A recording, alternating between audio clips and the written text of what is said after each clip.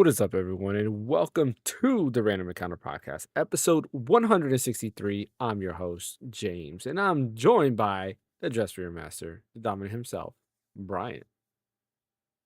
Live from whatever the island is that's in Dragon Quest VII Reimagined. It's a good question. I don't know what the It's island's in like name Bali is. something. Hang on, let me look it up. That's the Bali Malloy. That's the first Yeah, island you go that's what I to. was referring to. Oh, okay. Did you finally beat the demo? Yeah, live from Bali Malloy. Yeah, I did beat the demo about an hour and a half ago. Okay, I nice. have thoughts. I have some thoughts. You do have thoughts. Well, I guess we might as well get into those thoughts. But before we get into those thoughts, don't forget to hit that like and subscribe button. Follow over on Twitch. I apologize for those of you watching the vertical stream. I am using Meld. Finally, it's working great for me. They've kind of fixed every little thing that I had an issue with. The downside is, as of right now, there's no way to preview a scene and like kind of edit. So I had set up a scene for 3 because Ash was joining, but he's joining a little bit late. So now we gotta wait for him to join for it to kind of fix itself. But yeah, we'll be using Meld from now on and see how it goes because I do like the interface and how clean it is. It's kind of like everything's there, and I like the simplicity of that. But yeah, today we're gonna mainly talk about the Nintendo Direct rumors and kind of what we want to see from that Direct because I do kind of believe it's coming this week. But we'll wait and see what happens there. So let's go ahead and get started with our thoughts. Go, Brian. I want to hear what were your thoughts about the demo? I loved it. I really did. Like I mentioned before that I played a lot of Dragon Quest 11S, and I did Hmm. enjoy it. I just never went back to it due to the soundtrack thing, and I always want to get back to S. But Yeah. I loved it. Like I finished it today, and what happens is you beat this tower Hmm. level thing, and there's actually a really cool twist that happens in that. And then you go back, and then you go back to your home world, and then something happens, and then you have to collect these tablets, and then the demo basically ends. Yeah. And there were just a couple of things that kind of came that I wasn't anticipating story wise, like I didn't see coming. Hmm. One was like the big reveal of some of a character of like what they are and everything like that. The other was just like a very darker tone that occurs before you finish this boss in the tower. The music is just really wonderful. I'm really looking forward to seeing like how the world opens up because you kind of get a glimpse of it once you beat the first area, like the first island you go Hmm. to. It kind of like does this weird thing where I don't want to spoil it too much, but it's different when this world comes to you. It's different than what it was when you left it, and so I can kind of see maybe where that Chrono Trigger vibe was coming from that you were talking about. Like I Hmm. can maybe see where they're going with that, and I can see the possibilities that could have opened with having that kind of mechanic. If the mechanic is kind of like what I think it is, as far as like with the tablets and going to these worlds and the worlds being different, I'm assuming there's some time stuff going on there. Um, and I haven't run into them yet because obviously it's just a demo, but Yeah. there's some aspect of like descendants perhaps and stuff like that I'm anticipating probably will come.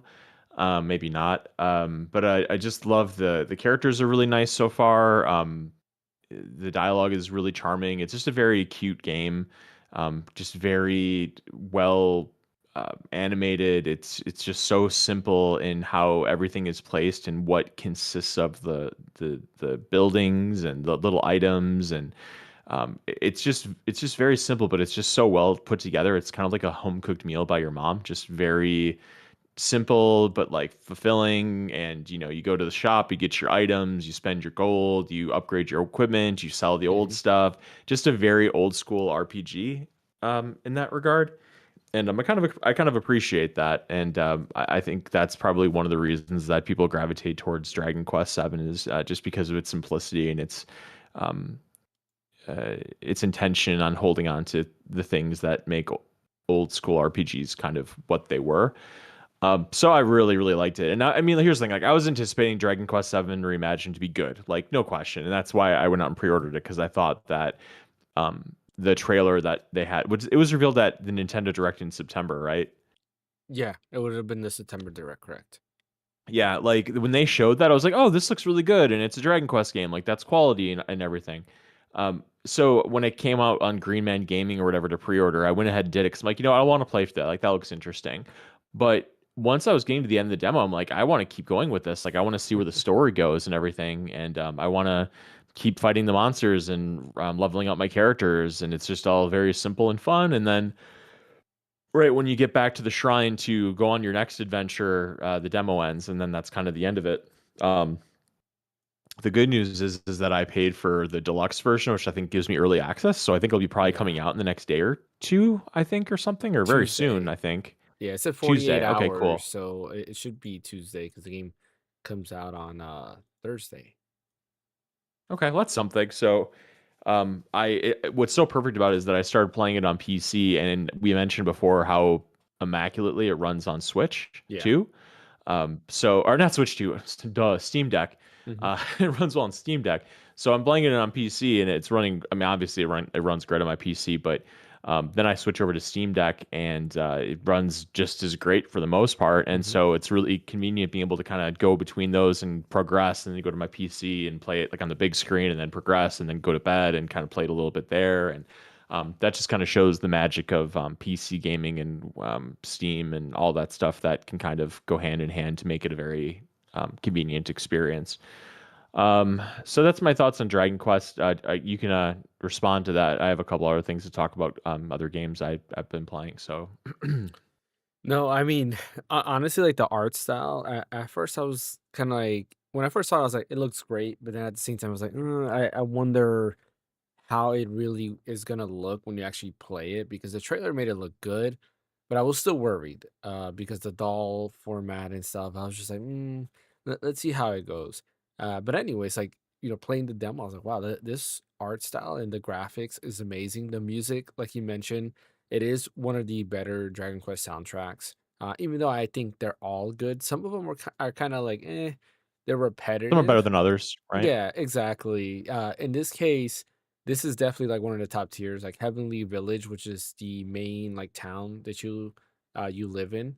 It's that song. I love that song. That song is It's really very good. really good. And I was so excited when the Dragon Quest music came in like Apple Music. I put that on my playlist because it's one of my favorite like town songs ever. Really really good song. Even the song when you're in the tower when you're going to fight the boss in the tower. Hmm. That song is amazing as well. I'm like, man, Hmm. like this is a really good track. And I had completely forgot about it, so I went and added it to my playlist as well. So good Is music. it the OG DQ7 soundtrack or is it the reimagined soundtrack on Apple Music? I'm assuming. So it's the orchestrated soundtrack is what's on Apple Music. So Okay. like they have like the instead of having the MIDI albums, they have the orchestrated albums there, Oh, which nice. the Okay. version of the song that you hear is the same exact version. Oh, To okay, my cool. knowledge, at least it sounds exactly the same. Minor differences, I think, because I think they re-recorded the music using the same as Tokyo Symphonic Orchestra is the people who do the like live versions or the Mhm. orchestrated versions of the song, and I think they re-recorded it because it sounded a little bit different. They could have mixed it up as well to make it fit better into the game, but yeah, the soundtrack is great. Love the soundtrack. The only thing that's sad, and if you watch the YouTube videos, you'll know is that in the 3DS version, there's a job system in the game. You get that way later on. In the 3DS version, you switch like your outfits when you switch jobs. Okay. Unfortunately, on this version, they took all that out, which is kind of lame. And then when Oh, you really really? look at it, you get costumes. Like the pre-order bonuses are a bunch of different costumes. It kind of gets you mad. Yeah, Like so what? why take that out? Exactly. I don't understand that, but I mean, it is what it is. I don't think it would take away from it, but there were some pretty cool looking costumes that they had there, which was kind of cool. It also makes it easier to distinguish, like, what roles characters are if you can Yeah. see what outfits they're in. Yeah, exactly. And if they stay the same and you change your class, you're kind of like, what did I have you as? Mm. But it's a minor nuisance, but overall, I'm sure the game is great. I'm just happy that the Terminator like level that I've mentioned multiple times is in the game. They showed that in the trailer.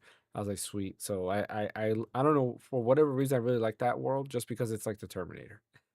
They took literally they went in. It's not in the demo though. It's not in the demo. No, that should Okay. be that is probably like the fifth or sixth island you go to, maybe a little bit further than that. Okay. Yeah, it's pretty far in the game. Where you go to there, you'll have a fourth party member by then. You don't get the fourth party member till pretty deep into the game. But yeah, Okay. I'm excited to play it. I have a Switch 2 pre-order coming, and I actually ended up getting it also Physical? on physical, correct? And I Mm, ended up also pre-ordering at Green Man Gaming because I want to play also on Tuesday. So I got both mhm. versions. I have both versions of every Dragon Quest game. So It's worth I'm not it's mad worth about double it. dipping. It is. I just like having like a even if it's a game key card, like this is a game key card. I just need the physical version of the game. It's just nice to have this. I don't want it to go away, so I'll continue buying these things, even if it's just plastic. But yeah, go. What else have you been playing? As I mentioned in our Discord, I 100% to Donkey Kong Bonanza finally. Not Nice. going to go too far into it just because I've talked about it at Hmm. length so much the past couple weeks, getting to 100%. But my feelings on the game are so much different than they were back when it came out. When did it come out? Did it come out like in the spring, Came out. summer? Was it No, like it was April or summer. It May was or in something? July. No, no, the Switch hasn't been out. The Switch hasn't been out a year, so it had been No, summer then. Was it yeah, July? it was July. Yeah. Okay. Where I was so soft on it when it first came out, and I thought it was good, but nothing special. But it just takes a really long time for me, anyways. Like maybe I'm just an idiot, but it just took such a long time for me to get the swing of how like what the drive of the game is, like what it wants you to do, and how everything works together. And I can say I feel like objectively that they don't do a great job kind of explaining what's really important to be doing. And so some people like myself just kind of go out and just try to get everything, and you just learn that it's just so not necessary to do that. And if I just would have, maybe done a little bit of exploring and then just gone to the main scenario, done that, go to the Hmm. next main scenario, maybe look around the world a little bit, go to the next main scenario. I would have had such a better time with it than just the nonstop digging that I did in the game. And you're collecting all this junk and you have no idea what its significance is. So you're just like, well, what am I doing this for? Like to make the shiny things go into my inventory? Like, what am I doing this for? And you learn later like what everything does. And maybe if I paid more attention, I would have understood that. But I wish they would have explained more what everything did and its significance to make it so you focused on the more important things. Um, because the way the game presents the stuff to you is it's all like at least in my opinion, it's all equally important. Like you need the bandanium or the banana chips, you need the gold, you need the bananas, you need everything, and it's all equally important. Like go dig, go get everything. And if they just would have said like focus on your main scenarios, if you come across other stuff, great, make sure you grab it.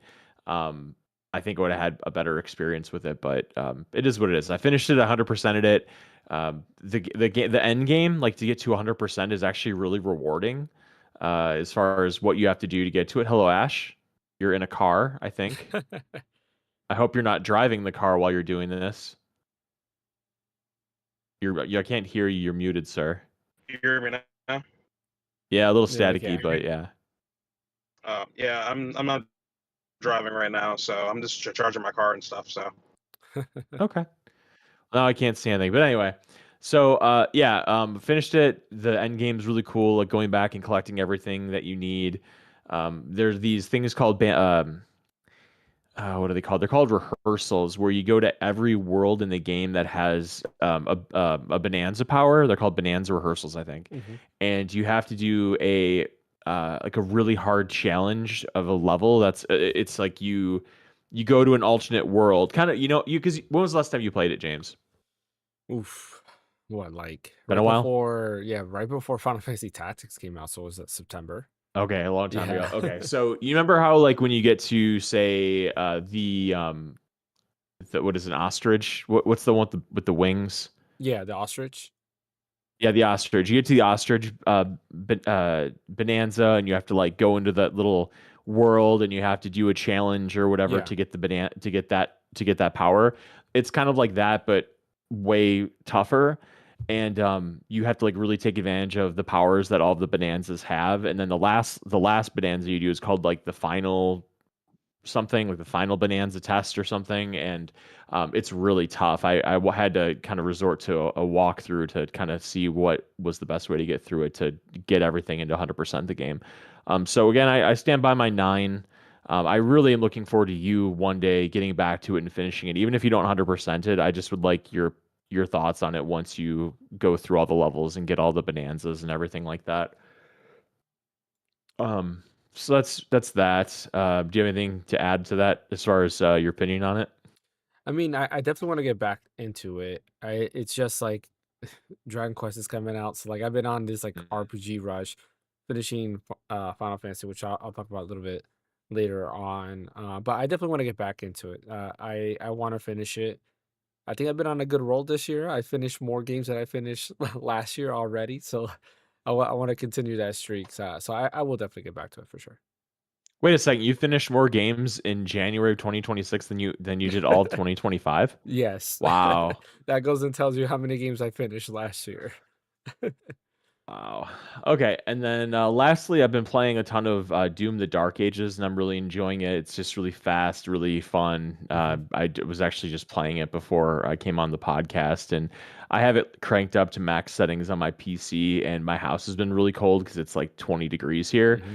and so my PC like revving at max settings, playing Doom is making my basement nice and toasty in here. So that's been a really nice bonus. But it's by far the Doom game out of Doom 2016 and Doom Eternal. This one has definitely gripped me the most. I'm really enjoying playing it. So Hmm. that's pretty much what I've been playing for the most part. Nice. No, it's funny you mentioned that. We were talking about it earlier before the podcast. It's cold here in Florida. Yesterday was a very, very cold day for us, and to this morning or today was even colder. Kind of like the during the day it was kind of colder, but like yesterday was like the bulk of it because we had tropical storm wind gusts over here. But I thought about that. I was like, you know what? This is the perfect time for me to play my PC because it's cold in my house. I don't have the AC running. It's saving a lot of money, which is nice. Hmm. And I don't Hmm. have the heater running. We're just in, like long sleeves and stuff like that. To kind of like warm ourselves up. But yeah, I was thinking of playing my PC. I was like, that would heat up the Hmm. room in the house a little bit. Going there, I was like, I'll turn on my ROG Ally X. That thing heats up pretty quick There too. you go. So that, That'll warm up your hands anyway. yeah, exactly. Um, yeah, so as far as or actually Ash, have you been playing anything before I give my take on what I've been playing? Not too much, but the only thing that recently happened is I actually wound up watching Iron Lung, directed by Markiplier and stuff Hmm. recently. It was a fun movie. I would definitely say, and it actually really enticed me to actually buy the Iron Lung game off of Steam, which is right now 50% off for $4. So Hmm. I'm gonna probably dive into that after the podcast, if anything. So Hmm. Never heard of it. I might have to look into that. I think somebody else was yeah, telling me about this. yeah, so when I first heard of Iron Lung, it took me a while to like realize what the game was. And when I actually looked at the game after I was done watching the movie, I did Yeah. recognize like the gameplay elements and everything, and also did remember Markiplier actually doing a let's play of it so many long days ago, back in Yeah. 2022, I think. So I guess like once Markiplier was done with the game, he was really heavily inspired to make a movie adaptation from it and Mm, everything. Which okay. after them done watching it, it was definitely a good solid movie. I would give it like a 7.5 out of 10 if anything. So I Hmm. recommend for you guys to watch it as well, if anything. I'll take a look at it and see. I was just looking at what type of game it is, and it's like a horror game, right? Yeah, I'll say this: it's like somewhat similar to Finance of Freddy's, except it doesn't involve animatronics and stuff.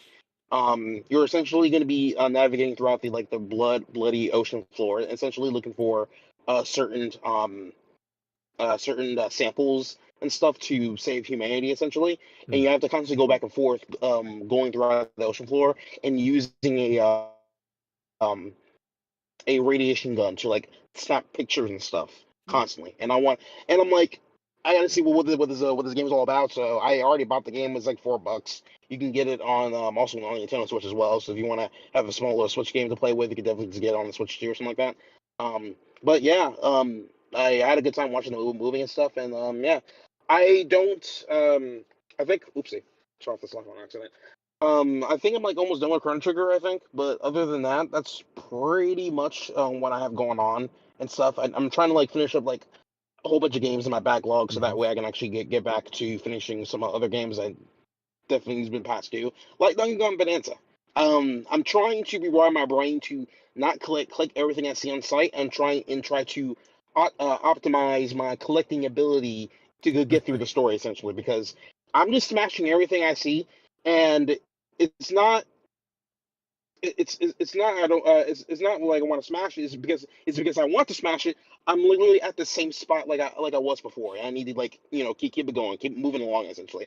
And do I care if 100% this game at this point? No, not really, because I think that game's going to take more time compared to any JRPG that I play and stuff. Which speaking of, isn't Dragon Quest Seven Reimagined coming out like about a week or so? Thursday.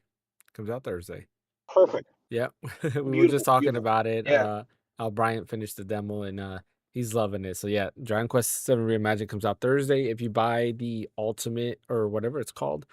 Now I forgot what I think is it called Ultimate Edition or it has whatever Not, I don't the remember. not too sure. the more expensive version is. If you buy that in off of Green Man Gaming, because that supports the channel, you will get 48 hours early access, so you can actually start playing it on Tuesday, which is kind of cool. Plus, it gives you Oh, like a that's bunch of DLC and stuff like crazy. that. Yeah.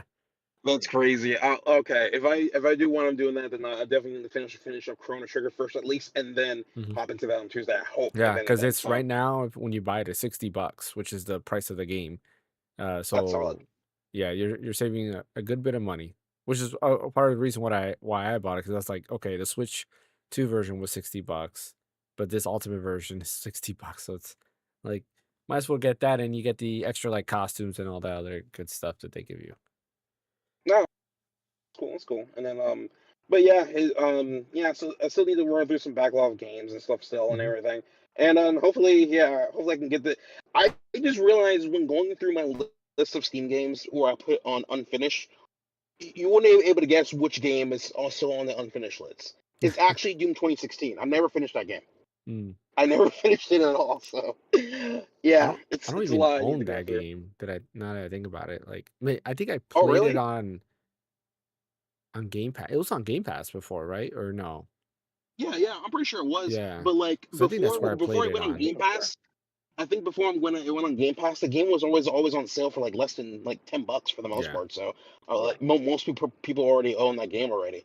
Along with I think it's called Doom Eternal and stuff. I think that Hmm. that's a bit more higher, but like when it's on sale, it's like $15 or something like that. And Doom Is the Dark Age is gonna essentially follow suit, which it depends. Is I Doom the still have Dark Game Ages Pass. co-op? I don't know. Brian, do you know I don't that? think so. I don't know. Hmm. I don't think so. I was just wondering because I remember I was playing like we went through years ago with my son. We played OG Doom, and then Doom 2, I believe we played those through co-op because they just don't make like co-op games like they used to. But yeah, we're trying to find some games to play together.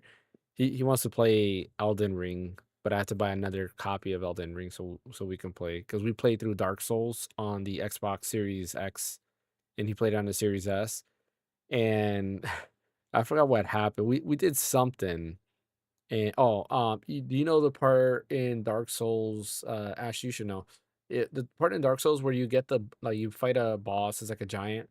You get to this Yeah, bird, and he flies you to like the next area. yeah. And yeah, so I don't know what happened, but I think we got to the next area, and he forgot to go to the bonfire, and he died, and he went all the way back to that like little castle area. I forgot what it's called, but he had to go through all of that, and we stopped because he kept dying. He couldn't get past the castle, and there was no way for me to get back, because at that point you can't backtrack yet. You have to do a couple of other things before you can backtrack. So we, Oh we yeah, yeah. we ended You're up right. stopping playing there. Jeez. Okay. Yeah. Yeah. But yeah, I'm really hoping within like the first 1 to 4 months I can get these games finished up Mhm. essentially. I'm not trying to rush them. Not at all. If anything, I'm still taking my time with Chrono Trigger and stuff because, like I told you guys before, I recently went back into it and realizing, god dang, that this game was so ahead of its time. Even now, I feel, you know. Yeah. Yeah, and it's just so funny because how Chrono Trigger got brought up was because I was having so much fun with Dragon Quest Seven, and I'm like, man, I really want to have a Ichi Hori like experience. What other game I also want on there? And I'm like, Dragon of no, not Dragon Quest. Chrono Trigger. So I was like, let's get into that and trying to finish that stuff up, you know. So, Hmm. but um, but yeah, that's pretty much it for my side. Other than hey, a new game on my radar now is now Iron Lung for $4 on Steam. So I might just dip my toe into that and see why Markiplier loves that game so much, you know. So, but yeah. Cool, cool. So as far as what I've been playing, of course, beat Metroid Prime 4 on Friday. Technically Saturday because I stood up till what, like almost 2 a.m. My Crazy. time beating it. But I told you, I was like, you know what, I'm gonna beat this game. Like it's the end, I might as well. And I give it like a 7 out of 10. It's a good game, but it's not great. Like I do think it's the weakest of the Metroid series. There's a lot of things I didn't like. I don't really like the enemies. I just feel like the enemies were kind of boring.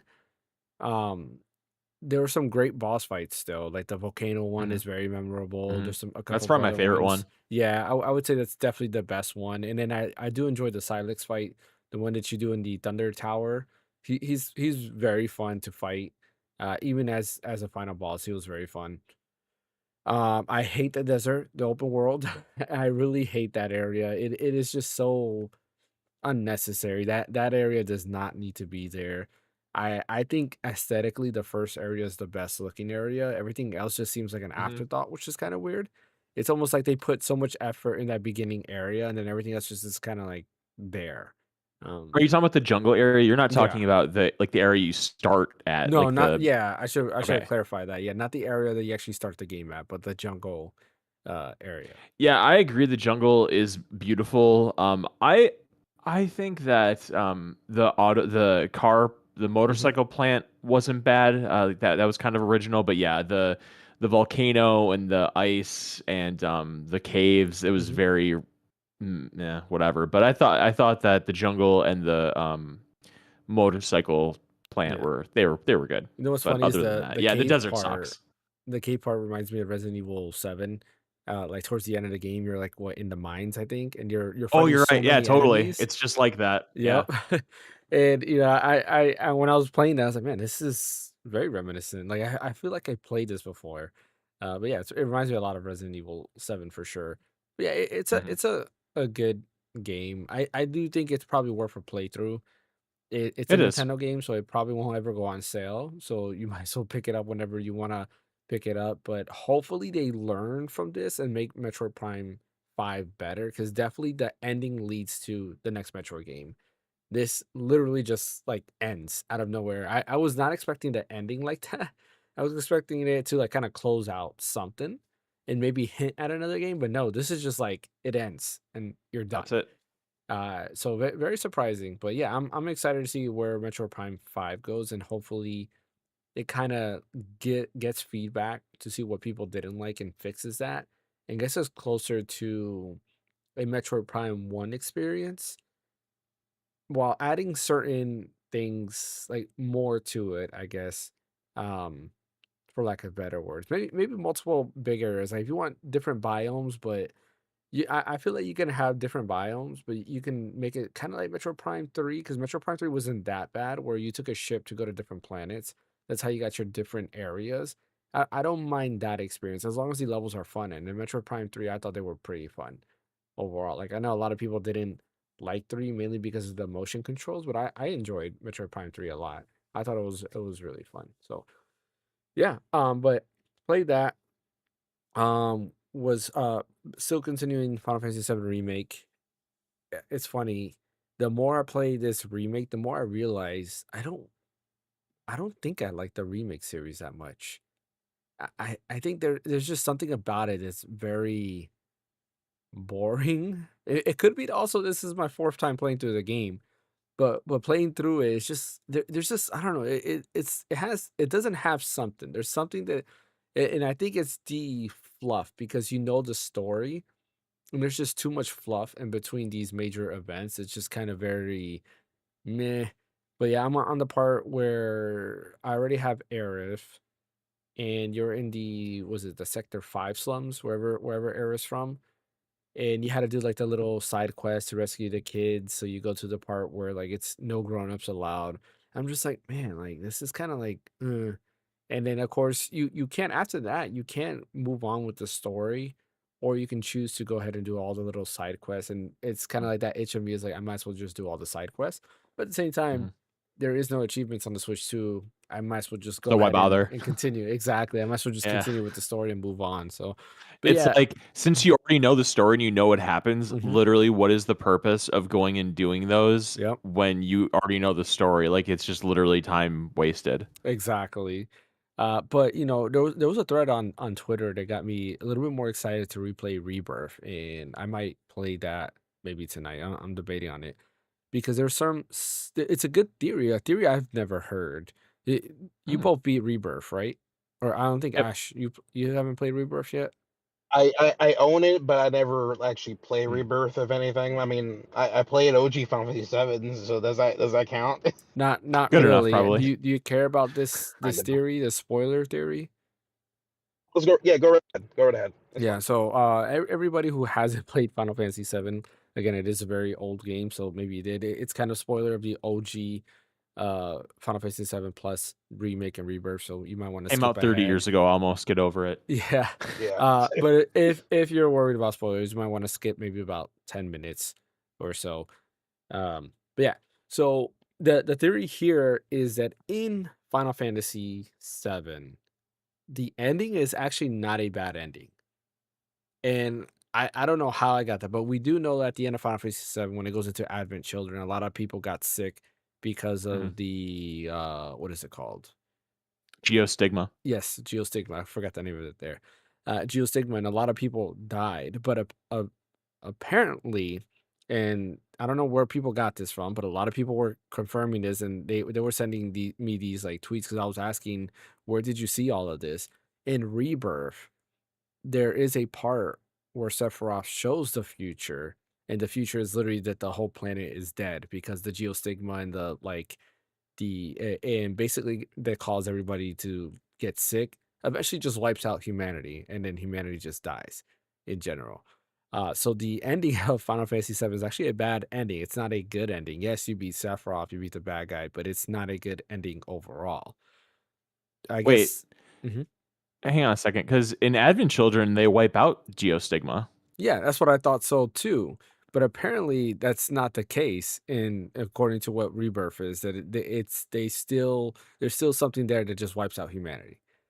So in Hmm. 500 years, excuse me, Is 500 that the years, end where you see Red 13 running towards like the ruins of Midgar? Is that what maybe it's referring to? maybe, because we know that the ruins of Midgard that they show, that's after Advent Children, because they did I know they Oh, does that officially for Advent Children? they did, yeah, they did officially confirm that that part there is after Advent Children. Okay. Uh yeah, so that's not like even the Advent Children like timeline there and so forth. But yeah, um so Sephiroth sees that and shows Cloud that. The theory there is where they're fighting. When you fight Sephiroth, you're like it looks like you're on a like a moon.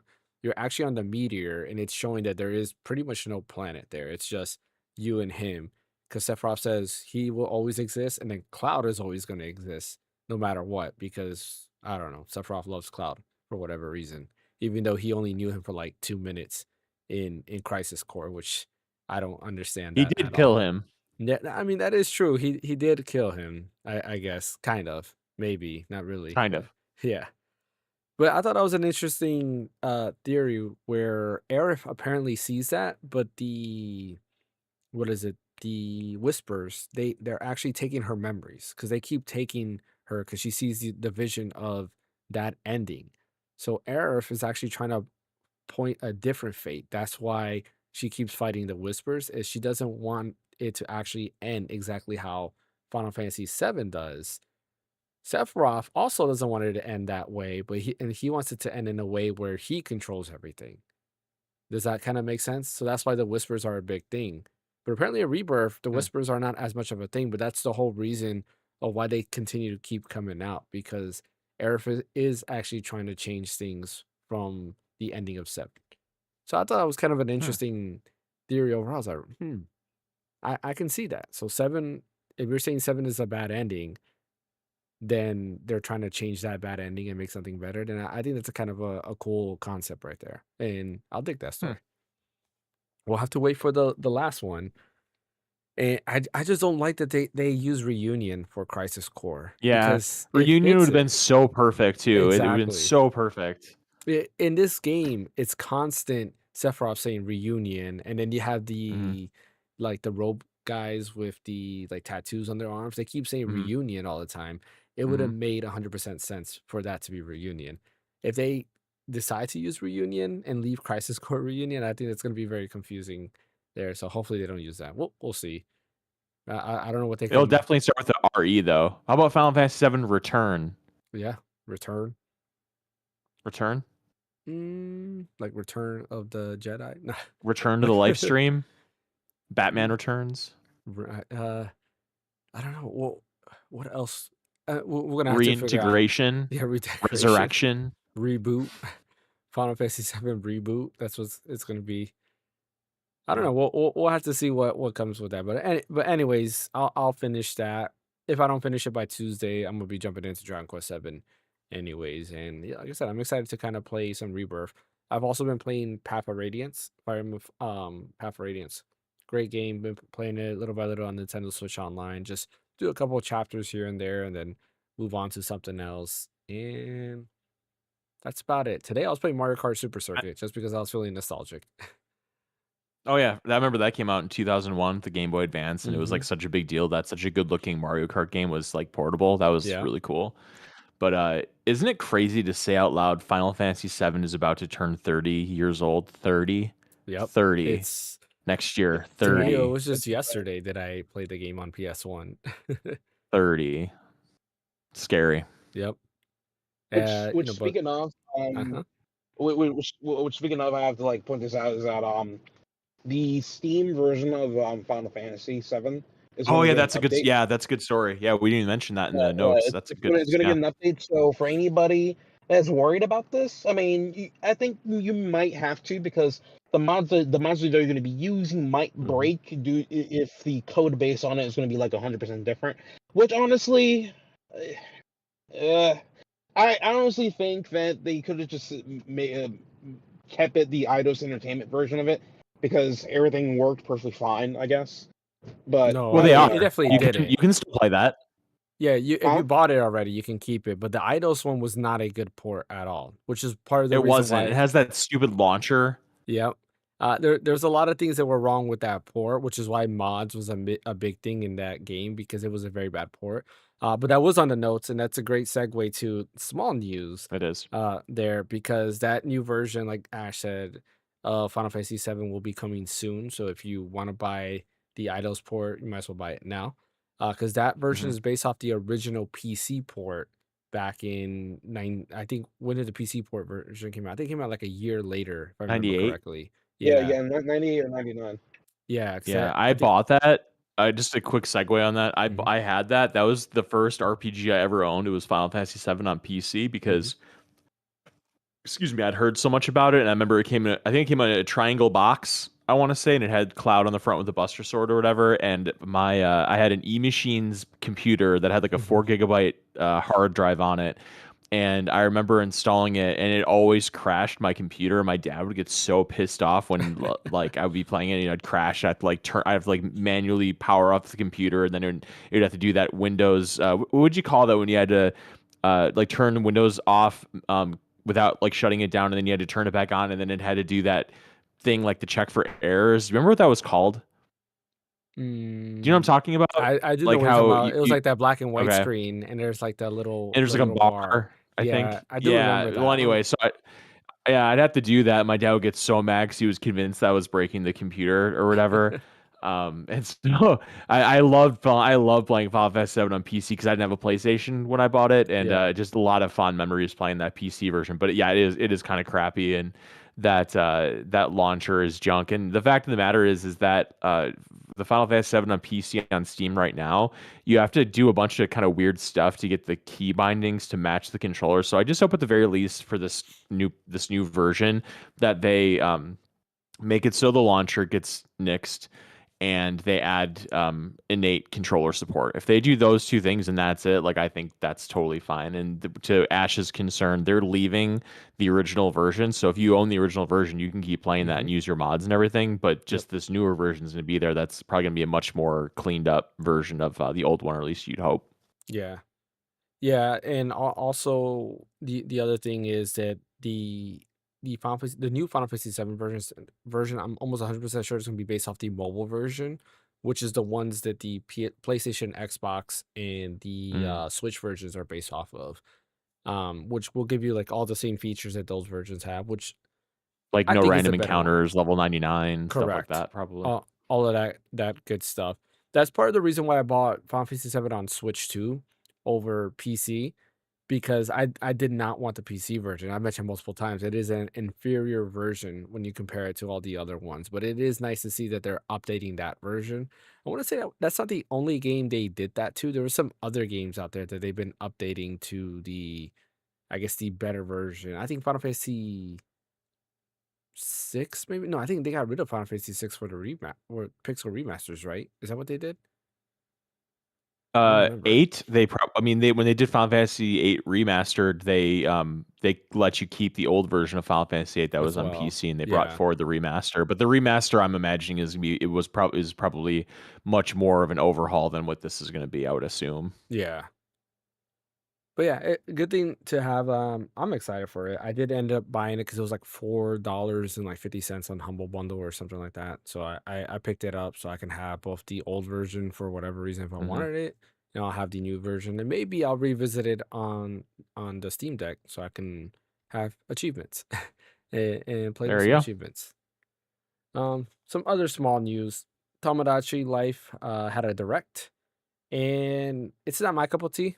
I'm not Nope, interested in me it. either. It has some good music though. Like the first Tomodachi Life had some pretty good music. So if you're a fan of that, it did have a direct. It pretty much just seems more Tomodachi Life. I always think it's funny because the way they talk, it's like, I don't even want to say AI, but it's like, yeah, it's all like automated. It's basically text to speech. So they say hmm words and it's like a text to speech. I don't know, what do you call it, voice that comes out when they say so, which is kind of funny. But yeah, Tomodachi Life had a direct. Virtual Fighter 5 Revo is coming to Switch too. I do feel that that's like a, Hey Ash, you might want to turn on your mute. yeah. There you go. Okay, uh continue. Virtual 5, um I'm sorry, Virtual 5 Revo. 5 Revo is coming to Switch too. Great game. I had it on PlayStation 5. Was very fun. I didn't enjoy Virtual Fighter 5. I think it's a pretty cool game. I'm excited for the new Virtual Fighter game that they have coming out. But that is hmm finally coming on Nintendo Switch too. Disney That's just a Afternoon. really strong fighter game. Like, it's just really It like is. that game came out probably what 15, 20 years ago, and it still holds up like Yeah, big time. it does for sure. I 100% agree. And all they've done is like remastered it. Like they put it like higher resolution and stuff Yeah, it like looks a that. little nicer. hmm Yeah, maybe some extra accoutrements, but that's it. Yep. Disney Afternoon Collection is coming to Nintendo Switch Oh too. yes, And it is they're adding 2 extra games. So they're adding, what was it? Goof Troop Goof Troop and from SNES and mhm. Bonkers from SNES. And I was gonna ask you, the Tailspin game. Do you know if the Tailspin game that's in there, is it the same version that's on the TurboGrafx 16? I think it's the NES game. Is it the NES version? Dang, I think so. it might not I be think the all the same games one. Chip because it's Chippendale 1, Mhm. Chippendale 2, both NES DuckTales. games. Uh, I I was looking at a advertisement for it or a story. Is it only DuckTales 2 on that collection, or is it DuckTales 1 as well? Let me double I check need to and look that see. up. I feel like it would be both of them, but let me just double check real quick. Let's go to Disney After Doom Collection. It is DuckTales and DuckTales 2. Yeah.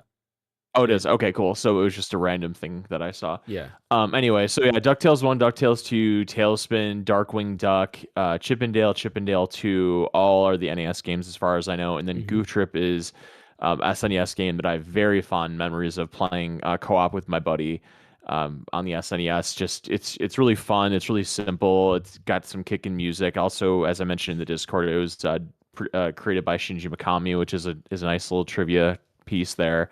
And then Bonkers. I didn't watch the cartoon show Bonkers when I was a kid, so I have no memory of that. I mean, I remember it, but I wasn't into it, so I don't Hmm. have any nostalgia for that or anything. Yeah. The reason I was He was like asking a cop for cat, right? what was that? Oh, the bonkers. I said he was like a cop. Wasn't he like a cop cat or something? Like he was a police Yeah, officer cat or something? yeah, he was. Yeah, I Um, wasn't into that. the reason I asked is I had Tailspin on the TurboGrafx 16, and I loved that game. Like you get to choose like levels, and one of them was like a underwater level, and it plays the Little Mermaids like under the sea song. But I Hmm. just remember having a blast playing this game. I really loved it. I had the card. I'm gonna have to, because I had the TurboGrafx Express in my drawer over there. Might have to just pop it in and play that a little bit. Is the problem is the TurboGrafx Express takes like 8 AA batteries. It's ridiculous how many batteries that thing takes. Um, but yeah, Disney Afternoon Collection is coming. It's available for pre-order already. At first, it was just a I leak, pre-ordered it. but now it's already an official thing. So yeah, that's pretty cool as well. And then the Virtual Boy had a trailer. They showed the game lineup, and I kind of wonder Sold out. what's up. Sold out. Yeah. So what's funny is when I texted in Discord, there was no announcement, right? Because I didn't even see Wario64 post it. Am I right in believing that or no? No, I got it from a Wario tweet. That's how I got mine. Oh, A long okay. time ago though, like several months ago. I want to say back in the fall I got mine. Oh, okay. I thought it wasn't available for pre-order yet for some reason, but yeah, it is now sold out. But I remember popping up because it showed up on. I was just like on Nintendo's website randomly, and it showed up. I was like, huh, maybe I should pre-order, and I decided not to. And then of course they did this trailer, and then the next day, and then Wario64 posted again, and after that it was sold out. But the lineup is pretty decent. Like I think it's it's a Virtual Boy, so some people might be like, meh. But I think there's some cool games going on there. There is a game in there that apparently was an F-Zero game, but it's called something different. It's called Zero Racer, I think, which is supposed to be an F-Zero game. And if you look at like the menu, it's basically exactly like F-Zero, except that everything is wireframe. So it was an incomplete game overall, but it looks pretty cool. I honestly think if the Virtual Boy comes back in stock, I might pick one up because I would like to play You some of got those to. games. Yeah. It's way overpriced though. It's so overpriced. That thing should be $50. Yeah, $100 is pretty Like overpriced it's for a that. shell. It's a plastic shell for $100. Yeah. There's no monitors in it or anything. Yeah, I could probably just 3D print one or something. Probably. But yeah, that's it. What is your thoughts on the lineup? Are you happy with the lineup, or you wish, because I think Wario Land is coming later on. I don't think that's at launch. Is it? I wanted to. I know that Mario Clash game isn't right away. Let's Hmm. see. Virtual Boy games at launch Switch. Um. Yeah, you're no Virtual Boy Wario Land is at launch. Oh, it is? Okay, never mind. Hmm. So, because I Yeah, thought that was it's the best looking one, or my favorite. 3D Tetris. It's 3D Tetris, Hmm. Galactic Pinball, Golf, The Mansion of Innsmouth, Red Alarm, which is kind of like a Star Fox kind of thing, Teller Yeah. Boxer, and Virtual Boy Wario Land. And then coming in 2026 is D Hopper, previously unreleased, Jack Bros, which I think is actually it was a Japan only game. Hmm. Um, Mario's Tennis, Made by Mario Atlas. Clash. What's made by Atlas? Jack Bros. Oh, right. Yep, correct. Yep. Yep, because that's a character from Persona. Yep. Mario Clash, which is basically like a Virtual Boy version of the Mario Brothers arcade game, if I remember correctly. Hmm. Space Invaders Virtual Collection, V Tetris, Vertical Force, Virtual Bowling, which it's not called Milo's Funky Bowling or whatever. Or what was it called? Nestor's Funky Bowling, wasn't it? Nestor's? That I Let me don't see. know. Nestor's Is it the same game though? Bowling. They just change the Yeah, I name? think so. Yeah. They let me make sure see what's called. I think it was Nestor's for Funky Bowling. Okay. Yeah, Nestor's Funky Bowling. I'm thinking they must have taken out the Nestor piece. Maybe there's some copyright there for whoever designed that character or whatever. So now it's just nameless boy throwing bowling ball. Like that's what the game is. But yeah, I like the games that I have the most nostalgia for Virtual Boy, because I never owned one. I borrowed it from a buddy, but I never actually owned one, which is surprising. I want to say it came out in like '96. The Virtual Boy did. It was Hmm. in between the SNES and the N64. Um, I played like Mario Tennis for sure. I thought that was the first game I ever played on Virtual Boy. They had a Virtual Boy stand set up at Blockbuster, and that was the first game I played. I thought it was really cool. Nestor's Funky Bowling I played, and I played Wario Land. I want to say it was those. Oh, and maybe Mario Clash, but those three for sure. I played. The Hmm. rest of them though I didn't. I remember, I forgot what store it was, but it was some store, and then I walked by the gaming section, and there was a Virtual Boy just standing there. And I was like, Probably like "What is Target this or thing?" something, maybe. Yeah, maybe it was a Target, but I remember I was just like, "What is this thing?" And I walked to it, and it's a game. I was like, "Oh, this is cool." And then I realized I'm playing Mario Tennis, and I thought it was like the coolest thing ever Hmm. because everything looked 3D. But then I Hmm. did get kind of like motion sickness, and that's the biggest thing Hmm. with VR with me. Is just I get motion sickness real quick, which is part of the reason I didn't want to get the Virtual Boy. But I do wanted, if for anything, just for it being a product Collector's that's purposes. exactly. Yeah, But yeah, I think it's not a bad lineup. it's neat. I can, yeah, I can see myself playing some of those games, especially the Wario Land game. I think that would be really cool. That's actually a pretty good game. Hmm. Um, we already said Final Fantasy, and that's pretty much it when it comes to I guess, yeah, basically what's there for small news. I saw you typed in a couple of things, so Metro Prime 2 and Pikmin leak at Target. I did forget about that. Thank you for adding that. There was a picture. Was it Target? I thought it was Walmart. It was Walmart's Nintendo Switch No, Online ad. are you sure? Yeah, I thought it was Walmart. Go ahead and fact Let's see, check that. But there Walmart. was a Nintendo Switch You might be right. Online ad, and it showed Metro Prime 2 Oh, and you're right. Pikmin. It is Walmart. You're right. My bad. Yeah. Which I think is kind of interesting. I wonder if it was just a mistake. I don't know. Hmm. You think that It wasn't a was? mistake. You think that's not a mistake? Hmm. That's real. That is one. I would bet almost anything that that is 100% real. Hmm. It's very unfortunate, by the way. I don't want it to be real. Like as much as I want a playable version of Metroid Prime 2, I think Yeah. Metroid Prime 2 and Metroid Prime 3 need to have versions I can buy. I don't really care if it has the same level of polish as Metroid Prime Remastered did. I mean, it'd be cool if it did, but like if it doesn't, like whatever. But the fact that you're gonna have one to buy, two to play on Switch Online in its original form, like Wind Waker, it's just a travesty.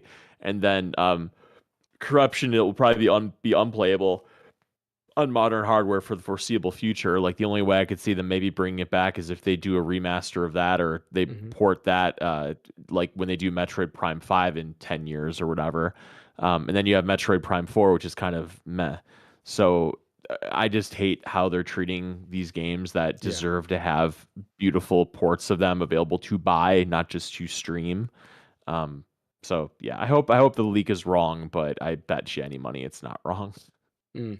Yeah. I just feel because Pikmin, it's already available to buy on Nintendo Switch because it's like the HD version with a Pikmin 1 and 2 collection. Yeah, but those Mario games were available to buy too with the All-Star collection, and now you can play them on all the games on the Mario collection you can play on Switch Online. Which Mario games? 3D All-Stars, you can play Galaxy and Galaxy 2 through that collection. You could buy. You can play Mario 64 on N64 Switch, and then you can play Mario I mean, Sunshine that's on true, GameCube. but like for me, when I thought about that, like that was limited, and it was only Super Mario Galaxy 1 Sunshine, though it did already show the Sunshine is gonna come, so maybe yeah, I Hmm. can see. Yeah, that, I Not saying guess. that's the reason, but Hmm. No, no, it makes sense. I guess we'll have to wait and see if this rumored Nintendo Direct is coming this week, which we'll talk a little bit about it later on. Then that might be an announcement they'll have. If we'll talk about that a little bit later on. Last of Us season 3, last season of the show, which I think we all kind of expected. They did say they were gonna put Last of Us part 2 story into 2 different seasons. I still haven't finished the second season. I stopped like halfway and I just did you haven't finish the revisited it. game? I haven't finished the game either. Okay, I never so purchased the game. oh wow. Okay, Yeah. so obviously I'm not going to speak on spoilers here, Mhm. but there is a way to have season 3 be the last piece of this, but I just it sees like the end of the game like kind of wraps up. If you left it there, it kind of works in a way, Hmm. but I do feel like there's room for more storytelling to like really have a final stamp on the characters in the world. And two just doesn't really do that. Two is very much like, okay, this world is very depressing. It's going to end very depressing, Yeah. and who knows what happens to these characters. So I can't imagine they're not going to do a Last of Us 3 to finish out the trilogy. Um, as for a TV show, I just can't believe they're going to finish the TV show with the way the game ends. It just Hmm. seems like such unfulfilling. Like for a game, it's one thing, but for a TV show, I feel like a lot of like modern audiences expect there to be a bow at the end of it, and The Last of Us Part Two does not have a bow. Like I'm okay with it being kind of Like an what's the open word? Like where ending. you don't know what happens. Yeah, like kind of open. Like I have no problem with an open ending in a game like that, but like a very um mainstream audience watching it on HBO, like Hmm. there's just seems to be a need for finality there that the game doesn't have. So I wonder if they'll adjust the ending to make it more final, Yeah. or if maybe this is one of those things where this is the last season before they go on a hiatus for whenever the third game comes out. Yeah, I mean, I can see that happening too. I guess while we're on the topic of PlayStation shows, they've announced the God of War cast already, Hmm. and I think it's kind of cool. They have I Yep, forgot me what too. his name is, who's playing Kratos, but all It's Opie from Sons of yep, Anarchy. He was in remember the Titans as well.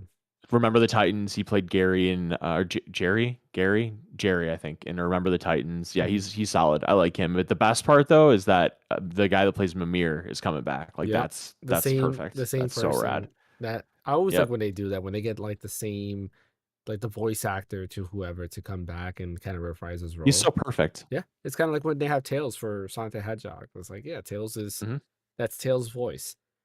But yeah, I think it's pretty solid. I'm excited to see where the God of War TV series goes. My wife, she liked God of War. She watched me play through God of War when it originally launched on PS4, and I think she'll definitely enjoy the TV show if it's as good.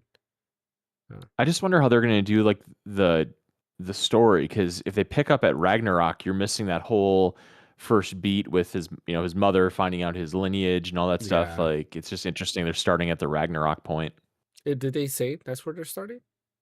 Well, Thor's in it and stuff, so Oh you'd yeah, think. yeah, And they announced the casting of Odin and everything too, so that's I'd true. assume so, unless they're doing like an amalgamation maybe of the original and Hmm. Ragnarok. Like maybe they'll put the timelines together or something like that. Yeah, But maybe it'll be both. Yeah, I could see them doing that versus having God of War and God of War Ragnarok separate. Because if they do just like a one season, one and done thing, which I feel like you could probably do God of War and God of War Ragnarok in one season, it it makes sense at that point. yeah, I could see Um, that. Dispatch censorship, that's everywhere right now, and I think that I believe they finally figured out exactly what went on with this. Correct me if I'm wrong, but apparently it seems that the issue is that the creators of Dispatch, which I forget what their name is right now, they did not want to make two versions of the game because Japanese serial policy is like for them to show basically like the nudity and Ad stuff like hoc that. studio. What is it? Ad hoc studio. Okay. ADHOC. Ad hoc studio. Okay. So Ad Hoc Studios just didn't have the funds to make two separate versions because of how like how Zero is, which is the Japanese rating board for Japanese games. They just didn't want to make two separate versions of the game, so they just did the one and called it a day.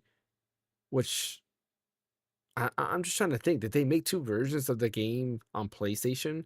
This was from Stealth 40K or 41K. What I forgot what his Or full isn't it tag is. 401k or something? But yeah, for Stealth 401K, where he was saying that that's the reason. But now in my head, as I'm explaining this, I'm like, wait a minute, I don't even know if they made two versions of the game for PlayStation. Because then if they had Right. two versions, then that makes zero sense. But there's a lot of Right. things that don't make sense about this at all because then you have Cyberpunk, which clearly Right. has Full worse frontal nudity nudity. exactly Yeah. than this game, and it's not censored at all. At least here Right. in the West, but in Japan, there's actually two versions of that game available. Or I'm sorry, in Japan, there's a separate version of that game that's available, and that one is fully censored. So it's kind of interesting to see. Ad hoc Studios did write something. They just said they worked closely with Mhm. Nintendo to get the game available on Switch too, and that's really it. They didn't really say anything else. So a lot of people are blaming Ninten Nintendo. Hmm. Nintendo's statement was awful. It didn't make any sense. Yeah, It it it said didn't. nothing. I think ad hoc statement made it a bit more sense, but Nintendo's was the biggest non-answer I Hmm. think I've ever heard. Yeah. Um, So nobody knows whose I fault it just is. oh good. No, I was saying like nobody knows whose fault it is when it comes to the censorship. I don't think it's really Nintendo's fault. Because according to like how some people were explaining it, it might not be Nintendo's fault. It could be technically Ad Hoc's fault. And technically not because maybe they just didn't have enough funds to put the game twice on Nintendo Switch 2. Maybe it's just more expensive to publish it on Switch 2. I don't know. Could be wrong when it comes to that. But interesting nonetheless. I mean, this according to this quick Google I just did, it Hmm. sold 3 million copies, and I mean, I that's really good for a game that's that cheap Yeah. and everything. That's very good. That's very respectable. So I guess I have two major problems with this. One is that they should have put it on the freaking box art or like the eShop landing page in bright letters with the big because they have all that other stupid information on the physical copies of games where it's like half the box of a physical Nintendo Switch game is all like a bunch of crap, like a bunch of small prints. You know what I'm talking about? Yeah. Yeah. So it's like if they have room for that, they don't have room to put a big like censored version or this version is censored. Like make it very apparent to people because in that statement that Ed Hoc did, they made a point of saying that they should have been more forthcoming with the censorship piece and that they just something kind of fell between the cracks between them and Nintendo where how it was listed on the page just didn't make that known well enough. And so that's a big black eye for them. Um, I mean, I'm against censorship in general. I think that artists should be able to put out what they want, as obviously as long as it isn't illegal. And so that kind of comes back to that Japan piece, where if there was some rating thing where they have laws or whatever to prevent against um, that kind of content or whatever, Hmm. then you just like find a way. Because I mean, Cyberpunk did, and Cyberpunk I assume cost way more money to make than this did. I mean, I guess one could say that CD Projekt Red made a lot of money on Witcher, so maybe they had more funds available. But I would go to Nintendo. I mean, Dispatch is an incredibly highly regarded game. I mean, it made so much. It had so much. It was nominated. Wasn't it nominated for Game of the Year? Hmm. Yeah, it was. Yeah, yeah. It was nominated for Game of the Year. And it had incredibly great critical reception. It sold really well. Hey, Nintendo, we want to put out the version of the game that's true to what our artistic vision is. Can you help us with this? And maybe you give them a slice of the profits or something if like necessary to be like a producer or something like that. But um, it was just really badly handled all the way around, and it's just such a shame that there's such a kneecapped version of Dispatch on Switch because I actually was Hmm. thinking of buying it because I haven't played it yet, but Same it here. really appeals to me how well reviewed it is and it looks really interesting. So I was thinking of buying it on Switch just to kind of triple dip it, but that ain't happening anymore. No way in hell. Even if it goes on sale for like $5, I'm adding that to my library. Yeah. So that's my thoughts on the Dispatch Hmm. fiasco. You got any thoughts on that, Ash? The whole thing itself didn't make any sense to me because there was like so many other games that there are like Japanese only on the eShop where they look a lot worse when it comes to nudity and sexuality Oh compared yeah, to Dispatch. 100%. Yeah. And let's not There's like forget hentai that girls 3D and stuff. Yeah. yeah, the AI stuff, all the AI slop. Yeah, all the slop. Them them trying to make two versions of the game just doesn't make any sense to me because why for Japan? I would assume so if they were trying to make a separate version for China because China have their own strict regulations on what should be allowed in the game and stuff. You can look up some stuff on Genshin Impact, for example, because back then they wanted to make permanent outfits for certain characters due to kids playing the game within the Asia servers and stuff. So I would say it would make sense for to make a version for China, but for Japan, I that's a bit hard to that is a bit hard to believe on that stuff, if anything. Now, when it comes to them like not having enough money to make separate versions, listen, I know they may, I know they sold 3 million copies, but at the same time, we don't know the full logistics on like what actually cost them to publish the game again, well, without the censorship and everything. So, well, I mean, How we many don't know that line copies? of business. How many copies are So they going to lose in sales from it being censored, though? Too like that. That's also something to Yeah. keep in mind as well. that's going to be, yeah, lots of money. I'm not going to get Mhm. Dispatch on Switch 2, and I was Mm-mm. also one of the people that wanted to try Dispatch, and I'm like, oh, it's coming to Switch 2. Just play it on Switch 2, you know. But Not anymore. now with this whole censorship bullcrap, I'm like, brother, I don't know what is the actual truth behind this whole thing. Because it's like I said, there's so many other games that are not that are way worse than Dispatch, but they don't have censorship on it, so it doesn't add up Cyberpunk's on. the biggest example. Yeah. Yeah, Cyberpunk is definitely the biggest There's also example, and Witcher you guys 3 as said well. that. Yep. Yeah, Witcher 3 as well. But when you guys said that Cyberpunk also has like a censored version for the Japan version or something like Hmm. that. Yep. Okay. Okay, yeah. So I guess it tracks slightly a little bit, but it just doesn't.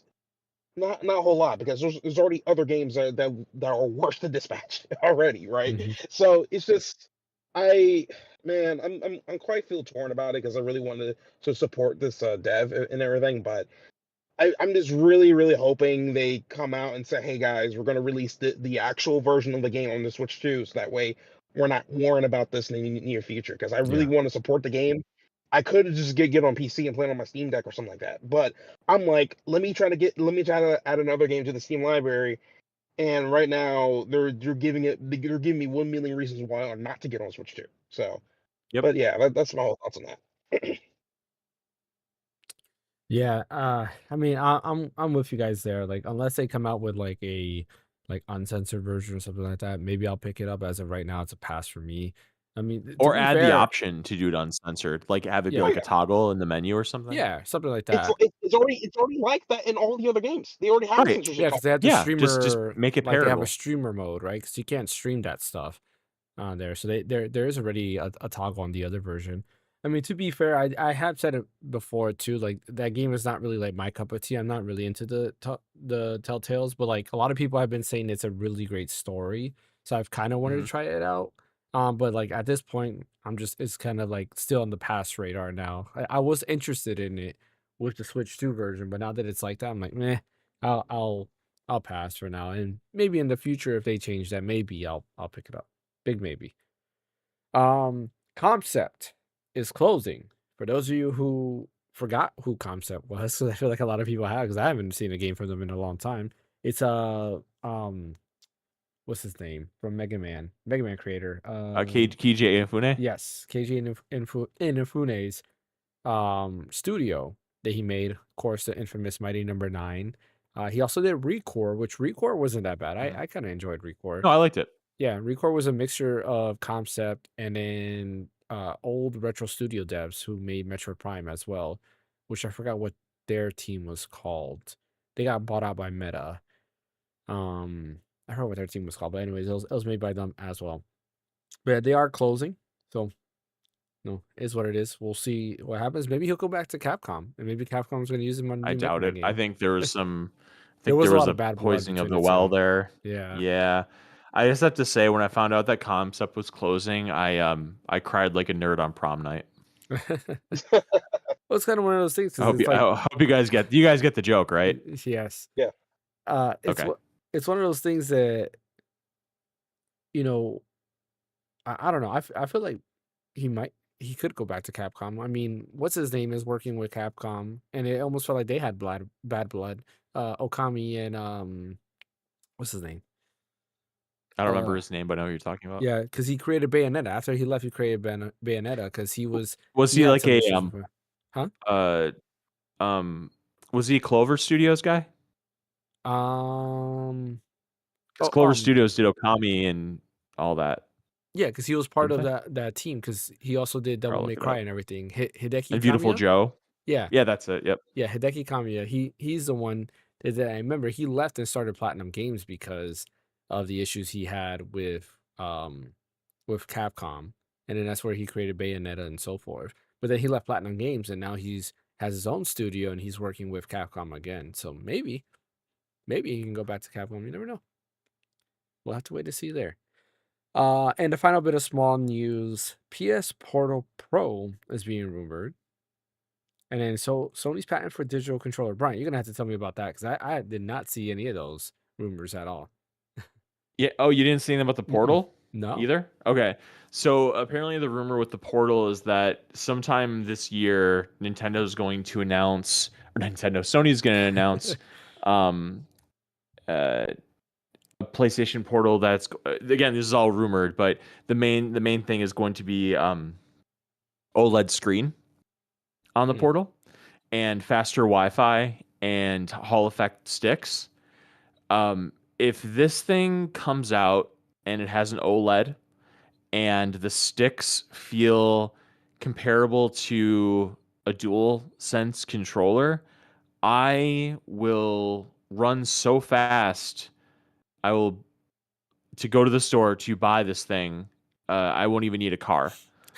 Because that's how much I will want it. Because the idea of having a dedicated PlayStation remote player with an OLED screen with the haptic feedback, with better sticks and a huge, beautiful screen.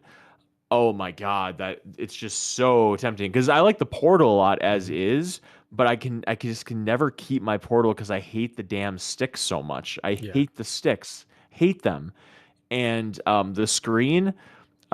It's good. It's fine. Like if you gave me good sticks, like DualSense sticks with the LCD of the Portal, I'd probably keep it. Or if you gave me an OLED with the sticks, maybe I'd keep it. But the fact that they're redoing the Portal and it's better Wi-Fi, the screen will be nicer, apparently, according to this rumor. Um, that's very enticing. Like I'll pretty much pay anything for it because I think the Portal right now is 2. If they release this and it's like 4, I'd buy it 100%. Hmm. Um, I think and that then would there's this other uh, rumor. What'd you say? 400 would be a huge like no for me because like that's Switch 2 pricing right there, and you're only able to But stream. but but Mhm. but think of this though. They added that functionality to the Portal to make it so you can stream your games. So you're basically buying a console if you I have a mean, good enough internet if you add connection. 5G to it where I can connect it to my carrier, then maybe. Like if you did something like No, I don't know. that. I'd be a little concerned about cellular data being able to convey stuff Mm. like that. But just Wi-Fi in general from anywhere, your own collection. I don't know. I think that's pretty cool. Mhm. Without having to go through your PlayStation. So I think that's worth a dollar amount increase.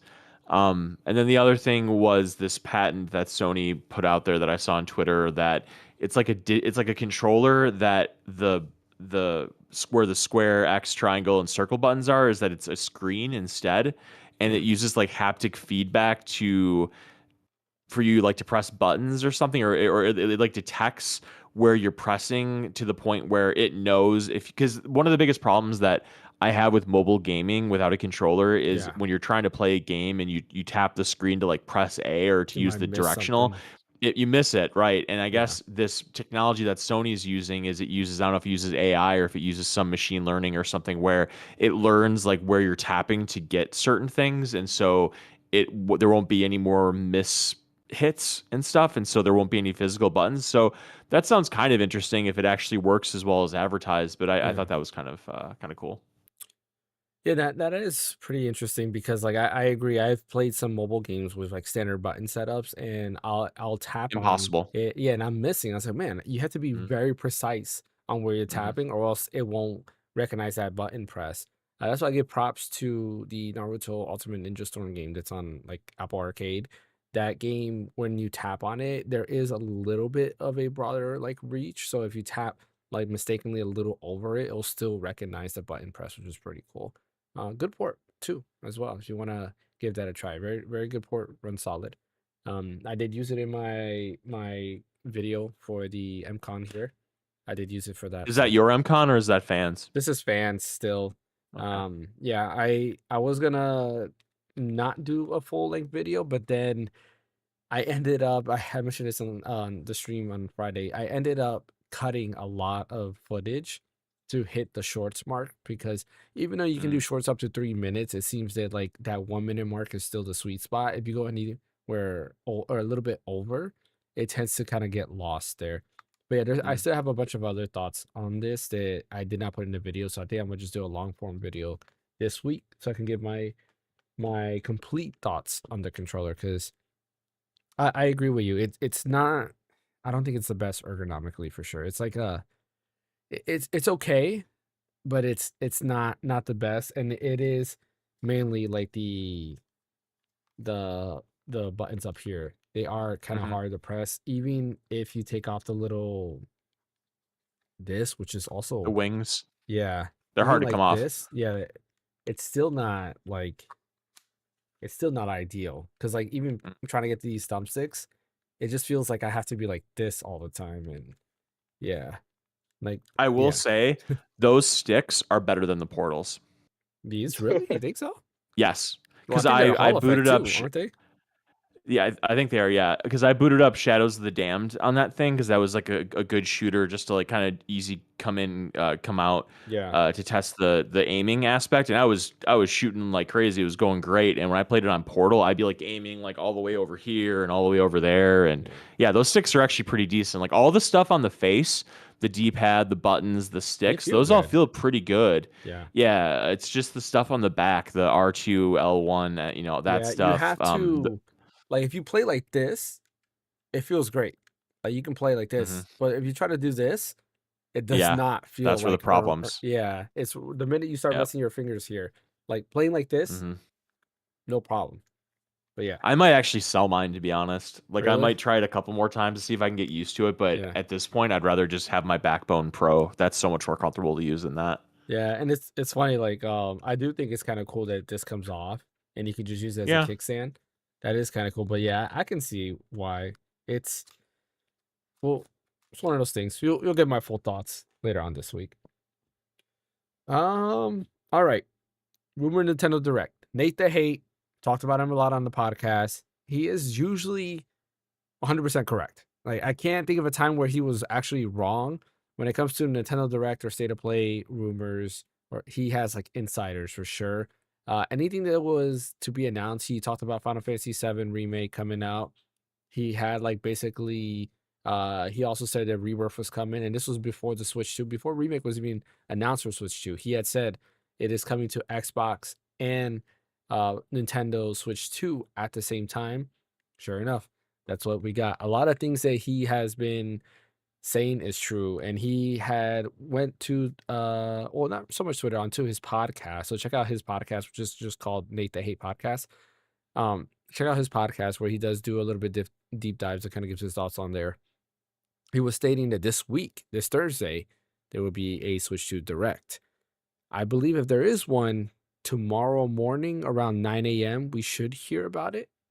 If not, because I want to say there's Isn't it a partner direct? yes. So that's one other thing too Hmm. that he is saying that he wasn't 100% sure. He did not really clarify it, but he says he thinks it's a partner direct. And I know that Andre from Gamers Nexus, or not Gamers Nexus, I'm sorry, Game Explain, was saying that he heard that it's a partner direct. I don't know who his sources are, so I would take his thoughts as a grain of salt. No offense, Andre, but I'll take his stuff with a grain of salt.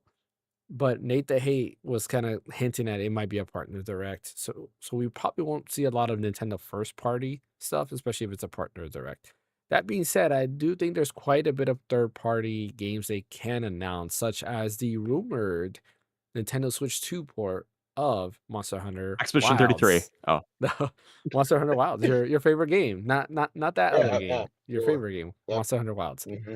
That Yep. was rumored to come out, and it kind of seems more likely after this new patch that came out that allowed Monster Hunter Wilds to now run on the Steam Deck. hmm. So it does seem possible now that the Switch 2 version of this game is coming. But yeah, I think a lot of people are expecting Expedition 33, which I feel like they are working on it. They've been very silent after the Game Awards. And I do feel that they're gonna bring that. I will I mean, why quadruple not? dip on that. Yeah, right. Another game that I think that might be coming. And here we'll give our insight. I'll say one more game, and then you guys can choose one game as well, and then we'll kind of keep going in circles, so I don't take up the spotlight. But another game that's I believe is coming. Hear me out. Is Stellar Blade.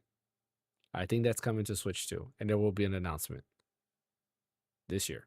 Princess Peach costume for Eve, maybe Yeah, maybe. like do a Yeah. little Bayonetta action. hmm Because I mean, when you look at it, the last thing that we know that they did is they bought everybody in the studio a Nintendo Switch 2. That's true. Yep, and that was the last Oh thing we yeah, know. fair, fair, Yep. fair. That makes sense. That makes sense. So I think it's coming. What are your I could guys' see that. uh expectations, and what do you think it might show up in this Nintendo Direct if it comes, which I do believe it's coming. They might make it finally make an announcement on when the Elden Ring Switch 2 version is supposed to be coming out and Oh stuff. yeah, 100%. That's a good guess. Yeah, Forgot about 100%. that. And then I'm going, and this is going to be a bit of a stretch, but I'm thinking that the very first demo we're going to see from Resident Evil Requiem is also going to be on the Switch too. Ooh, that's another nice. Yeah, I like that. Yeah, there's gonna be a Resident Evil Requiem demo, and you can only play it on Switch 2, which I'm like, that's that's a good marketing move, if that's a anything. good guess. I like that, Um, Yeah. Ash. yeah, and then the last one, I mean, this is like another possible demo announcement, which there's technically already existing demo for the Steam version. Pragmata. That one's Pragmata, because last time they did announce that they're going to bring Pragmata over to the Switch 2. I'm wondering if they're also going to release a demo for that one as well, so Hmm. that way people could try it out and see how it runs on the Switch 2 before they Yeah. buy it. So yeah, it's weird. It's weird with the predictions I have for demos and stuff, but I just couldn't come up with like I any think other those are third-party solid, games. actually. Yeah. Yeah, I'm just gonna come up with any like third-party games that they could be announcing. Honestly, at this point, anything could be announced because the Switch Mhm. 2, it's already proven itself to able to run these games in the first place. So Yeah. Yeah, those were solid takes. Pragmata I can yeah, see because I feel like they announced it later on there would be a demo for the remaining platforms. But right now they were doing PC. I thought that was official communication, but I could be wrong when it comes to that. Brian, what guesses you have? Ash, you played the Pragmata demo, right? I think we talked about that. Mm-hmm. yeah, 100%. Yep. Yeah, but James, you never played it No, though. I still haven't played it. Okay, yeah, that's one I'd love for you to play to see what your thoughts are of it. That should go on your list there because it's a Mhm. quick playthrough, and I really would like to talk to you about it. You know what? I'll download it right now in the background. So do it. To kind of go with what I was saying, like I really think Expedition 33 is going to get a Switch 2 port. I think that's really a safe bet because the game has so much critical acclaim. It has strong sales everywhere else. It'll sell a bunch on Switch, and you'd imagine that they'd make their money back and then some to put it on Switch, just because of all the other companies that have put games out that have varying degrees of demands on the hardware. And I'd assume Expedition 33 they could optimize to do a really nice Switch 2 version of it. So I think that'll be an announcement maybe this coming partner direct. I'm with Ash. I think there'll be something Resident Evil involved. I mean, because not only is Requiem coming out, but 7 and 8 are coming out as well, non-cloud versions. Actually have a take that James, you'll probably raise your fist in the air when I'm about to say these words. You know what I'm about to say? No, I do not. Non-cloud Kingdom Hearts collection. That you know what? That was rumored as well that there is a Yeah, non-cloud Kingdom Hearts collection coming. That would be awesome. That would be awesome yeah. and probably a day one buy for me, honestly. The Like, only problem is Mhm. if they have the balls to charge people full price for that if they own the cloud version already. Like if they do that, like here's the Mm, thing. I don't mind them making it. I don't mind if it's not a free upgrade. Like if you have to pay $10 or yeah. $20 to upgrade to the on device thing, like that's fine. But if they expect people that bought that cloud version that was announced like what 4 years ago, 5 years ago, whatever it was, 3 or 4 years ago, Mhm. that you expect people that bought that in good faith, they're that hardcore of Kingdom Hearts fans, and they wanted to play the cloud version of it, even though I'm sure there's like 6 people that bought it, and who knows how much it costs to run those servers, for the 6 people that played the cloud version of the Switch game. You would think you'd want to get people off of that and give them an incentive to get off of the cloud and like own it innately if you can help it. But if they're gonna like bring that collection out, Mhm. let's say it's $60 for all 3 of them and the DLC and all that. And they're like, oh, and the people that bought it on cloud, if you really want it, you're gonna go pay that $60 again, and you're gonna ask us to pay more. You're gonna ask us if you can pay more. Like if they do that, that'd be so bad. I have a bad. I hate being cynical, but I have a bad feeling they're probably gonna do that because You're probably because right. because because they're gonna announce it, and we're gonna be jumping up and down, and they'll be like, ha, ha, $60, buddy, pay up. Yep. And Well, Pay up. the worst part about that, people are going to buy it, and you know Yep. that. Yep, they're going to 100%. buy it. You know, Well, I'm looking so at right now yeah. the cloud version of Resident Evil Village is still active, and Resident Evil Gold Edition it's separate. There is no price on the Gold Edition for Resident Evil Village, but like Capcom's doing it already. So they have not announced that if you have the cloud version, you'll get Resident Evil Gold Edition for free. Resident Evil Village Gold Edition, for free. So Maybe when they drop, maybe they'll do something, like maybe an upgrade fee or something. I mean, you'd think they would have announced that. But the only thing I can nothing. say is like Kingdom Hearts I feel like is a lot more high profile than Resident Evil in a way. Like Hmm. what I don't know. When you got Kingdom Hearts, I don't think there's any reason that Kingdom Hearts 1 and 2 couldn't have been on device. Oh yeah, 3 for I can sure. understand because it's PlayStation 4, but 1 and 2 are ports of PlayStation 2 games. Like there's no reason to not make that available Hmm. on Switch Yeah. innately. So I just feel like if you're really going to charge people that much money for games that were previously available like that, at least with Resident Evil um, 7 and 8, that was on hardware that could never handle it could never Yeah. the Switch can never handle PlayStation 4 level to an extent. Um, so I could kind of see I mean, that, but it I'll handled man, I Witcher can't believe 3 that. pretty good. Yeah, it looked pretty bad though, but it did handle Yeah. it. I would assume, I would think like it can handle Resident Evil 7 pretty decent because like that's an open world game versus a game that's not open That's world. true. Like maybe It's first 7 at person least. though. Yeah. Well, it's first person, which makes it even easier too because you don't have to render, Yeah, I the guess. body and stuff like that. But yeah, that is a good prediction there. I can see that happening. There is a rumor of a Kingdom Hearts collection. Like I don't know where the rumor started. So I don't know if it's somebody that just wished the rumor into existence and that's Was how it we got you? that.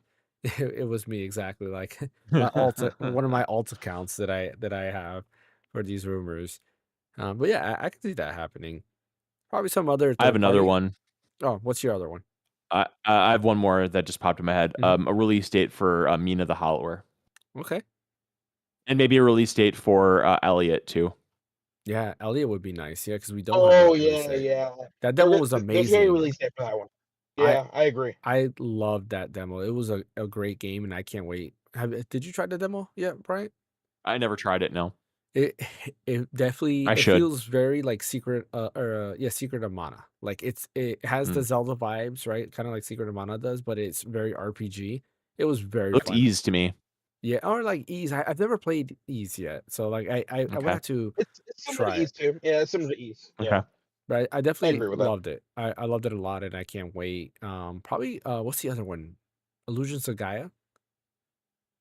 Like maybe Oh, are you talking about the SNES game? Is there a yeah, game called on SNES called Illusions of yeah, Gaia? Illusions of Gaia. Yeah, because I Yeah. remember seeing gameplay like that, and that's kind of like that as well. So great Secret of game. Evermore. Yeah, great great game. I could see that. The other thing I'm thinking is Call of Duty. There was already a rumor Mm, of Call of Duty that's coming another in good the one. spring, and Although this is a that bad year for it. yeah, it is. I mean, or it could be a good year for them. Call of Duty on Switch 2 might help them make up some money. Yeah, But maybe. late last year, there was a rumor of Call of Duty coming to Switch 2, and they were saying February or March, or an announcement of Switch 2 coming around that time. And this kind of like adds up, and I can kind of see that going. I also think they'll announce a new Forza game as well, because I don't see why they would Mm, miss the chance of putting Forza on Nintendo Switch 2. And hmm what else? I'm trying to think. There was another game I was thinking as well. Gears of Fable. War. Or Okay. Gears of War would be good too, and Halo. But I can see Fable also Oh being yeah. announced. If anything, I see maybe Halo being announced more first compared to Gears of War. But they might want to wait on the Halo announcement because What they Halo? Like Master Chief Collection or Infinite or combat. What was it? oh the The other Combat one? Evolved Reimagined or whatever? Yeah, whatever the campaign evolved. There we go. Yeah, Yeah, there you go. Yeah. so I can see that happening. Maybe Infinite too, just for multiplayer. But I can see those games coming to Nintendo Switch too. Some announcements, some Xbox announcements on Nintendo Switch too. Like, why not? I I do have one more prediction I forgot. Hmm. Go ahead. I wanted to see certain Switch 2 editions for certain third party games, and I think the one that definitely deserves the most on it is actually Bayonetta 3. Because right now that game Mm. itself Runs at a cap 60, but the resolution is not that great. If they announce with a Switch 2 edition for Bayonetta 3, I think that'd be pretty damn Mm. cool. I can't think of any like And Switch 2 edition. What's up? That- and Ash, I can think of some Switch 2 editions you'd be stoked if they announced. Yeah, like what? Oh, come on, James, you know what I'm talking about. Mm-mm. Xenoblade. Oh yeah, Zelda That's not Chronicles. that's not third party, is it? No, that's first party. Yeah, Oh, yeah, I guess that's but true. Bayonetta Yeah, I is mean, technically first party too, yeah, though. because at Yeah, this it is. point, if it's a Yeah. partner showcase, I'm not thinking about Xenoblade. That's the thing. I Bayonetta think that'd be won't great. show up. Bayonetta won't show up on a partner showcase because it's technically first party. Yeah, Oh, Nintendo owns really? Bayonetta. Mhm. Yeah, so it's in the same boat as Oh, I didn't know Xenoblade. that. That's probably what Yeah. got my mind thinking about that. Oh, I didn't know that. I didn't know that. Mhm. Okay, fair. Yeah, the Okay. only one Nintendo doesn't own is Regardless, Bayonetta 1, but they own the rights to 2 and 3. That's correct. I will definitely. This is not a prediction, but I would definitely love to see some more Switch 2 editions for third-party games. Like, please, Oh yeah, please, absolutely. please. So I beg.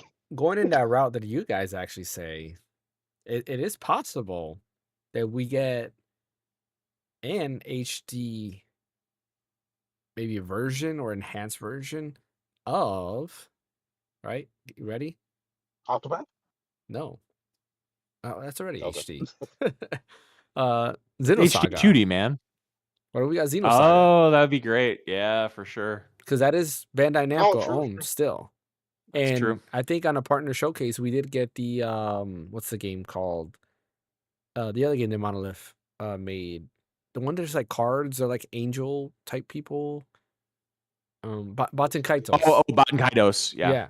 We got that at Oh, a yeah, partner Baten direct. Kaitos, yeah. So I can see that happening. I mean, could you imagine if they announced Xenosaga? That I think people will go crazy. That'd be dope.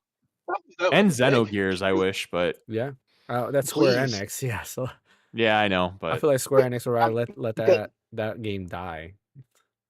If they announce Xenosaga for the Switch 2, that'll be so huge for preservation.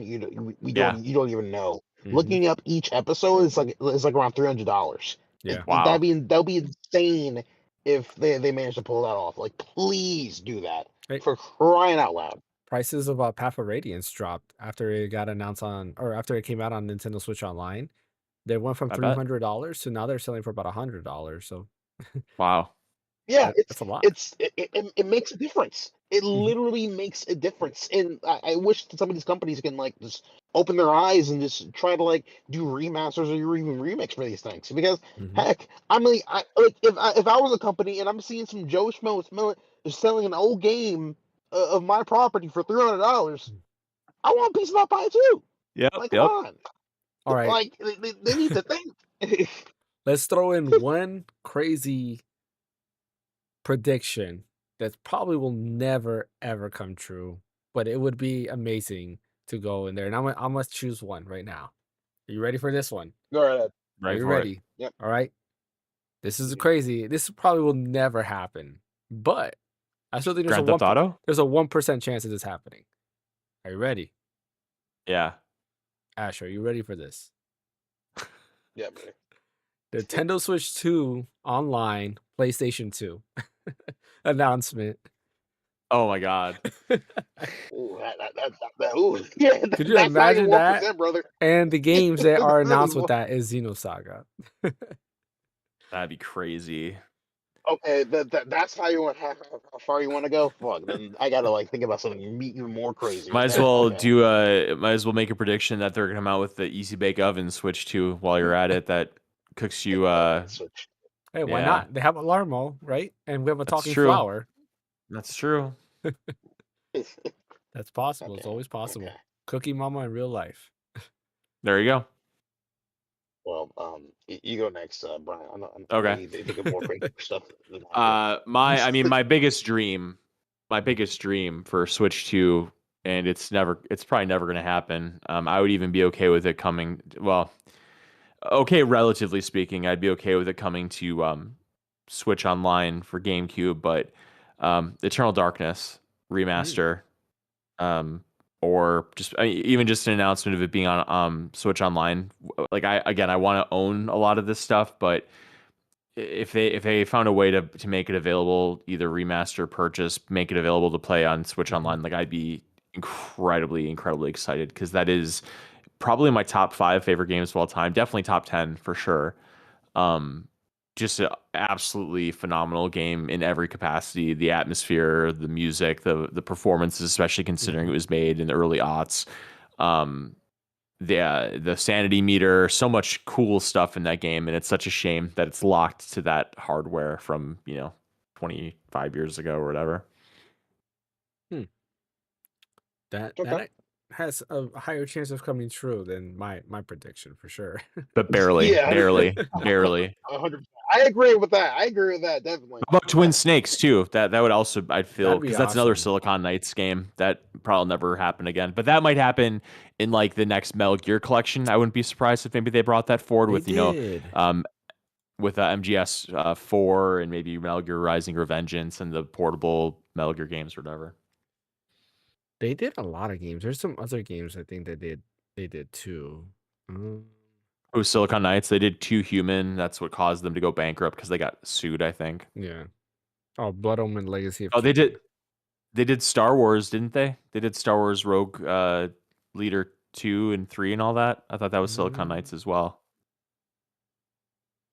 I could be wrong. Not according to here, no. I guess X-Men Destiny was the last game they did. But yeah, Twin Snakes and then Eternal Darkness, Sanity's Requiem. Before that, they did Blood Omen Legacy of Kain. Okay. And there's some other games I've never heard of before that. But that's about it. I would be a streamer that would be paying you to play Eternal Darkness, Sanity's Requiem to get your thoughts on that, James. Like I would be hitting that tip button just to keep you going because oh man, that game is so freaking good. I do gotta play. I did promise you I would play it. Maybe that'll be my next Mm-hmm. stream game because I really don't have Oh, I'd be all a over that. game I'd be to all over play. that, So man. I'll meditate and see. Because I do want to bring back the group stream in some shape or form because I want to play through Super Mario 3D World with everybody. But I want to play it while doing game share to also test game share. So, I really wish Nintendo would improve the bit rate for game share. did you I try really, it I before? really yeah, I have. I And tried it with we've you all guys played it, before. have Well, I know we? we Yeah. tried it. Yeah, but I thought it wasn't that bad, was it? I mean, it wasn't bad, but it wasn't great either. I was hoping for something a bit more crispier, if anything. Mm-hmm. I could be asking too much from that, but I was hooked in via Ethernet, So I mean, I don't. Gotcha. Yeah, I would like to just, kind of go through and do a longer play session to see how it holds up. And kind of that'd be good to do a video on as well because I can record some of that stuff. Yeah, Um, 100%. Oh, any um, yeah, my go my ahead. pre- my crazy prediction. I forgot to say my crazy Oh, prediction. I thought So, you did. Sorry. well, yeah, I don't know. Okay, I don't know if you can count this crazy or not, but I'm going to kind of like bundle this with one of the predictions I already said. So, along with them announcing Resident Evil Requiem's first demo on the Switch 2, they're also going to talk a little bit about Resident Evil 7 and 8 running on Switch 2. And this is where the crazy part comes in. They're going to bundle those two games together on one physical card. And if it's the physical card, I will buy that day one so freaking fast. You wouldn't even know, man. Well, It's I so hate. good. Key card or no? No key card. Well, No key Okay. card. I hate to burst the Which bubble because when you buy whatever it is called the collection there, Resident Evil Village and Resident Evil 7 are both key cards. They're separate cases because it comes with Requiem, Village, and Biohazard. man, can you just pay an extra $10 for the damage part, man? I'm I'm so so mad. glad I'm not invested in physical games. This just seems like such a pain in the ass. I mean, like I told you, it doesn't bother me as much. I like the cases, even if it says game key card. I just like the case. Like I'm trying to think what game key cards have like. Remakes key card, right? You said. Remake is a key card. I think the only game key Okay. cards I have are these three. Final Fantasy 7, Street Fighter 6, Street Fighter. and then Dragon Quest 1 and 2 HD. That's so. Such Oh, a the good HD. Okay, art. I was like, if they Yeah. put Dragon Quest 1 and 2, the original on key card, like what the hell? No, it's just it has the It's cover the art. HD2D. Yeah. Yeah. Okay. Such a good. Come on, this artwork. Yeah, that's Toriyama's beautiful. artwork. That's beautiful. Yep. Amazing. Timeless. Rest in peace, Toriyama. You were the GOAT. Yep. Yep. Cool. Any last real thoughts on this rumored Nintendo Direct? You think it's gonna be this week, or you think maybe in a couple weeks? I'm not going to speak it into existence. I mean, if Nate Haywood said, if Nate Haywood's like mostly correct, if anything, I'm pretty sure it's gonna happen this week. I'm Mhm. hoping it's a normal Nintendo Direct, because if it's a normal Nintendo Direct, which means I'm like, yes, maybe there's a possible chance if we're getting Xenoblade Chronicles 1, 2, and 3 and X Switch 2 editions, please, I beg. That's the only thing that at this point, that's the only thing I'm caring about I could throughout these also. directs, because I do feel there's one more real announcement they could do. It's Rebirth announcement, because I think there was a leak. I forgot where it was, but the Rebirth comes out in May for Switch 2 and Xbox. oh damn, that's fast. Yeah. If it's that soon, Okay. then definitely. Although that's shocking that they'd release Remake and Rebirth so close to each other. I would figure that Rebirth would be like a fall game or something. Yeah, I mean, I could see it being closer to the end of the year, but if it comes out in May, that might make sense for it to come out then, which gives people 6 months or so to get the final game in the trilogy, which is rumored to come out in next year. I wonder if they're gonna actually release this on all consoles at once for the final Mhm. for the final game. That'd be really beneficial for them. But I know it's definitely gonna be costly for them to like maintain all the different versions of the games and stuff, you know. Yeah. But it's if that's what they're truly aiming for, to make sure that everybody's like caught up on every console, just so they can release the game on all consoles worldwide release, then yeah, go for it, man. Go for it. Yeah. That'd Well, be fun to see, if anything. yeah, he did officially announce. He said that they're working on the third title at the same time as the Switch 2 version. So it's going to be a multi-platform release, so it's not going to be PS5 first and then other consoles later. It's PS5, PC, Switch 2, and Xbox all together at once. Yeah, that's gonna be insane. And Yeah. it's gonna be a great time too, because everybody gets to play the game. So Mhm. that's the theme around it, you know. Yeah. So really hoping that the theory you said earlier in the podcast comes true. If anything, I've been hearing some cool theories from like different people when it comes to the remake series, and I really wish I was caught up with you guys with Rebirth, because I do have the PC version of the game. It's just I haven't like actually sat down and tried to like invest into it. Yeah. Um, but I know there's a lot of promises and cool stuff that's happening with it. You know, um, there's some particular things about remake which I wish it took some things from OG 7 and stuff. But I'll get into that later, maybe in Yeah. a different podcast and stuff. But yeah. I just want them to release the next Final Fantasy, the last trilogy remake game. I want them to release it on the 30th anniversary of the original game coming out so bad. Like it would be so satisfying if that was the release date, was the 1997 to 2027 release date thing. Like, oh, that'd be beautiful. That'd be, you know. Yeah. That'd be kind of cool. Yeah. Yeah, that'd be really awesome. I'm sure we'll get it next year for the anniversary. Have I, to. I feel like that's pretty much everything that we have here for Nice beefy show. announcements. Yeah.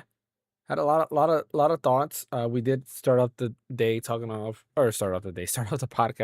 talking about what we've been playing, but I feel like there's been quite a bit that we've been playing. I'm excited for next week's podcast to see how far everybody is in Dragon Quest 7 Reimagined and kind of give more thoughts on the game there. Because yeah, I'm excited for that.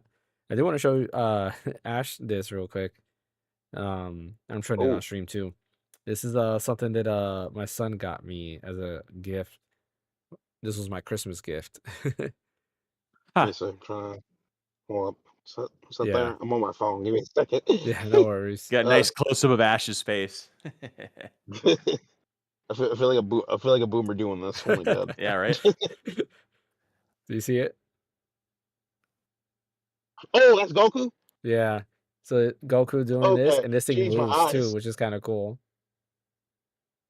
See? Wow, Oh, you have that's a cool. great son.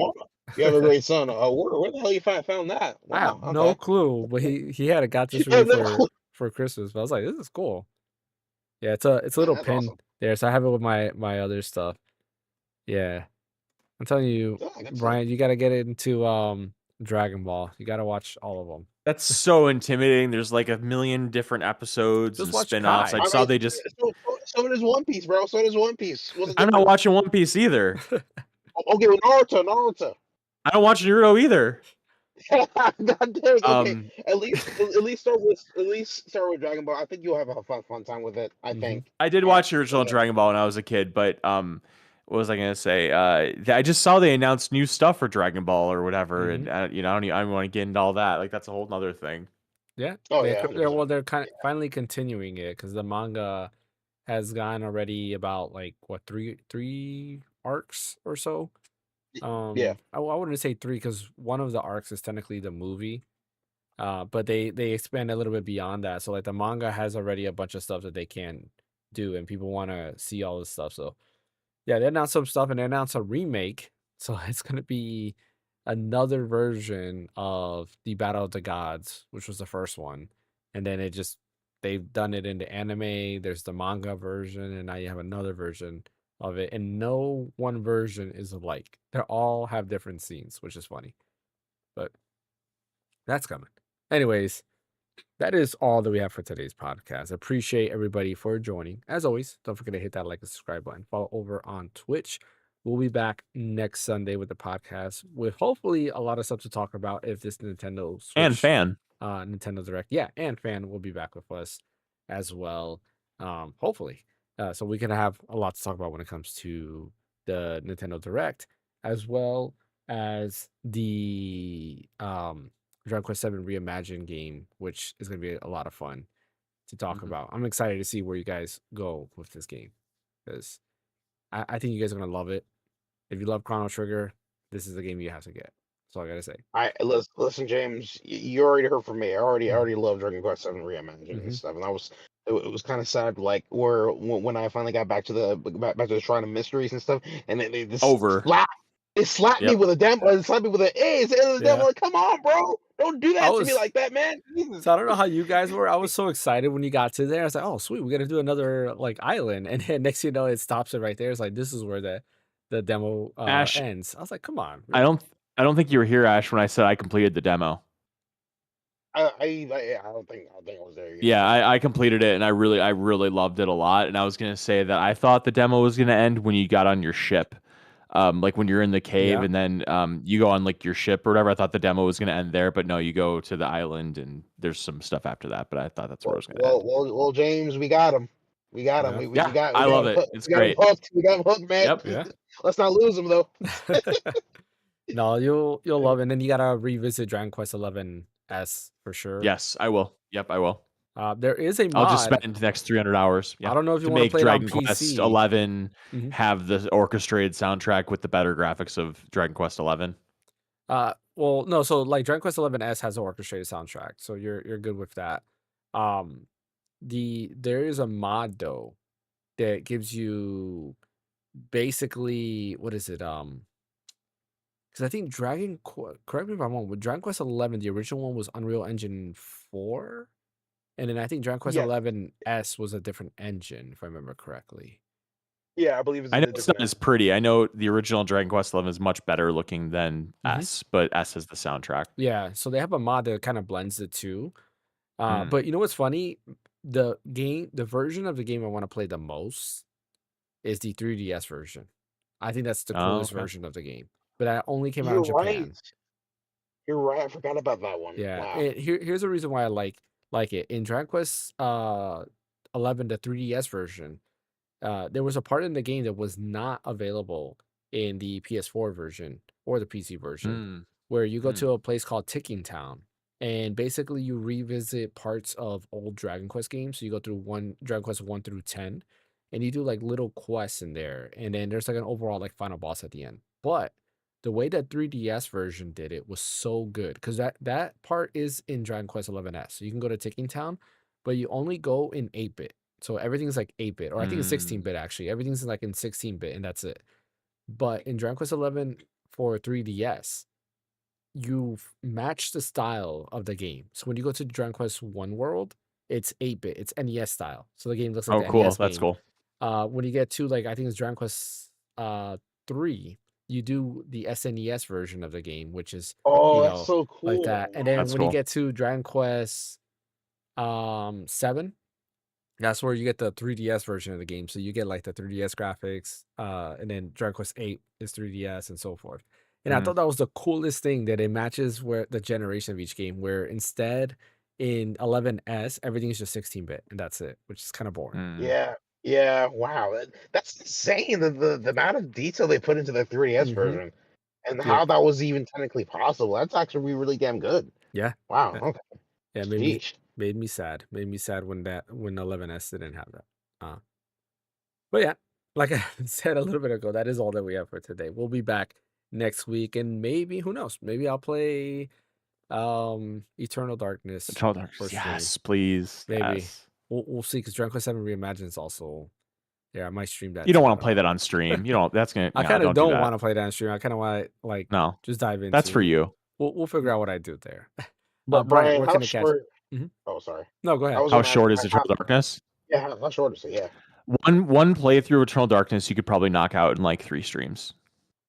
So Like there's Resident there's Evil. multiple Oh, endings. so about 10 hours. Yeah, give or take, I would say. Like there's multiple endings you can do. Like you actually have to beat it 3 times to get the true ending, I'm pretty sure.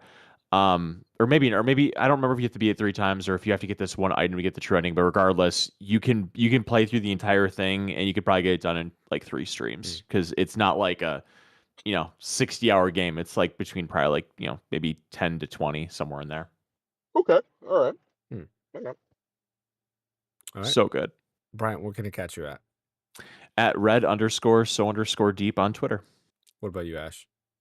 You can catch me at Ash's Room on YouTube, and go out and watch Iron Lung. It's actually a good movie. So. And as always, you can catch me here at the Random Encounter. We'll have a video up this week. Going to be messing with some stuff too, because I do want to try the new Final Cut Pro, the Montage feature that's on iPad. It's supposed to automatically create, like, it'll put like your clips together over audio tracks, which I think is great for shorts, especially the style like shorts that I do, where you're kind of showing products in different angles, and it's just my voice overlaying that. So I do want to test out that feature, see how good that works. But yeah, catch you. Thank you, Bryant. Thank you, Ash. We'll catch you guys next time.